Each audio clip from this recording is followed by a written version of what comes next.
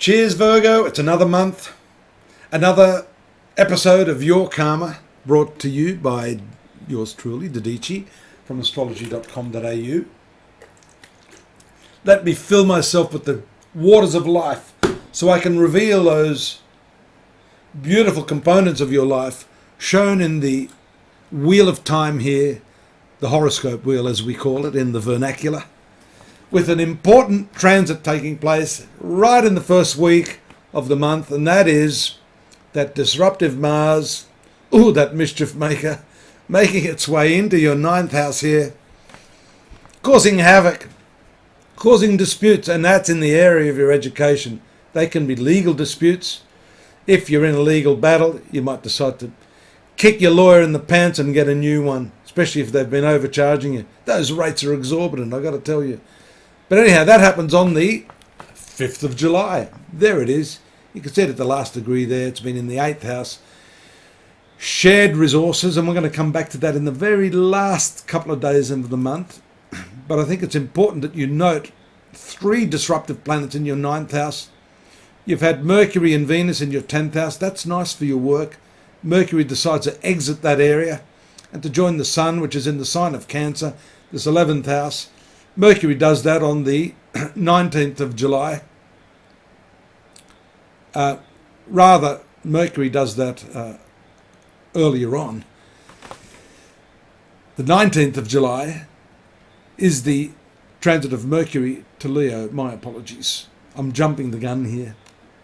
Venus remains there, however, which gives you some really nice opportunities to persuade your employers, your co-workers, who've been a little bit tough here because you've got that retrograde Saturn in the 6th house, to persuade them otherwise, whatever that otherwise may be. You can use your charm to achieve position, rank, authority, and to generally enjoy your work during this particular period. Now, I jumped the gun because I was focusing in the back of my astrological and psychic cranium, the full moon that takes place on the 14th. There it is there. And Mercury is part of that full moon, and that's taking place in Capricorn in your 5th house, creative house, with a really intense connection with retrograde Pluto here. So here's your opportunity to really get those subconscious feelings out. If there's some area of life that you excel in, feel creative, love getting into the zone in, then that is the one that will do it for you. That full moon in the 5th house. It's also great for connecting with your children. 5th house is children. 5th house is also speculation. Be a little bit careful. You may feel obsessed about something to your own detriment. The 18th, now I've caught up with myself. Venus moves out of the 10th house. After doing its job here in your 10th house of career, it moves to the 11th house of profitability, opportunity, and fulfillment of those long cherished dreams that you may have had. 3 planets in the 11th house. All the planets do well in the 11th house. They function well. They function better or worse in some other areas, but all of them do well here. Notice the exit of Mercury to your 12th house, the hidden house, researching some stuff there may be necessary with Mercury there.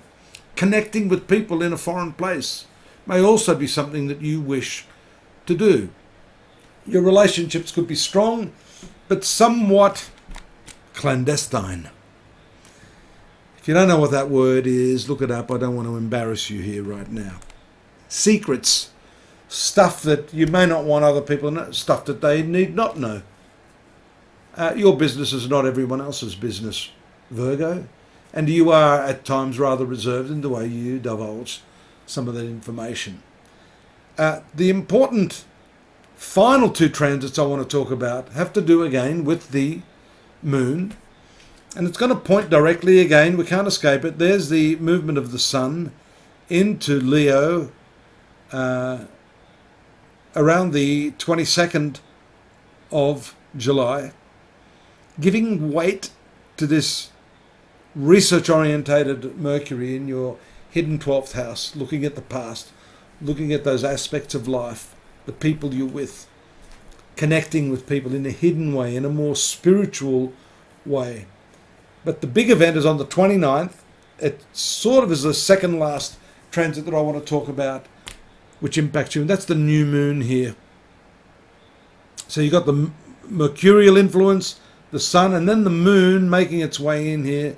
Moon is very, very important because it is also related to this 11th house, being the ruler of your friendships. So something's going on there. I would suggest you be a little bit careful of the people that you associate with at that time. If you're meeting new people, it's a good idea to scrutinize them a little first. Don't take things at face value. Incidentally, the last aspect has to do with retrograde Jupiter. It starts at retrogression there in your 8th house. It rules your 7th house of significant partnerships, but it is also to do with people generally. And that may be strongly linked here, as we can see here, a trine aspect. These are the blue lines that we've seen between Jupiter and the sun. And that would have been the new moon as well, showing a reappraisal and a reconsideration of the type of people that you're hanging out with. Yeah, you've got to second guess yourself towards the end of the month, and don't believe everything you hear.